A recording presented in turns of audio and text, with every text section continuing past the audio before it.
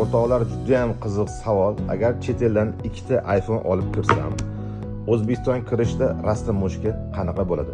Uni bugun ko'rib chiqamiz. Samolyot yerga qo'ngandan keyin hamma o'rnidan turib olib, sekin pastga tushib, avtobuslarda o'zimizni tamoshnaga yetib olamiz.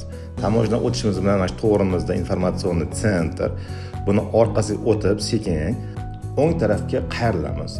O'ng tarafga qayrilib, skanerlarni oldan o'tganimizda ikkita yo'lak chiqadi. Chap taraf, o'ng taraf. Chap tarafda $1000 bo'lgan telefonlarni rastamoshka qiladigan joyi, o'ng tarafda esa $1000 dan qimmat telefonlarni rastamoshka qiladigan joyi. Ichkariga kirsanglar, xushmuomala okaxonlar o'zlari hammasini tushuntirib berishadi. Mana endi eng qizig'iga keldik. Rastamoshka narxlari qanaqa?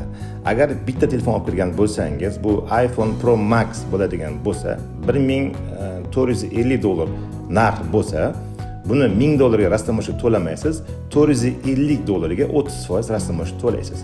Agar sizda ikkita telefon bo'ladigan bo'lsa, birinchi telefoningizdan $1000 skidka, ikkinchi telefoningizni 100% summasidan 30% rastamoshka to'lashga majbur bo'lasiz.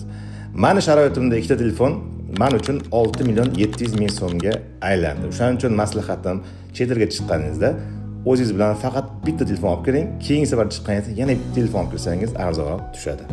Rastamoshka qilib bo'lganingizdan keyin обязательно mana shu birda degan sayt orqali kirib registratsiya qilishingiz kerak. Bu ya'ni email kodini registratsiya qiladigan sayt. Bu orqali registratsiya qilmasangiz telefoningiz ishlamaydi.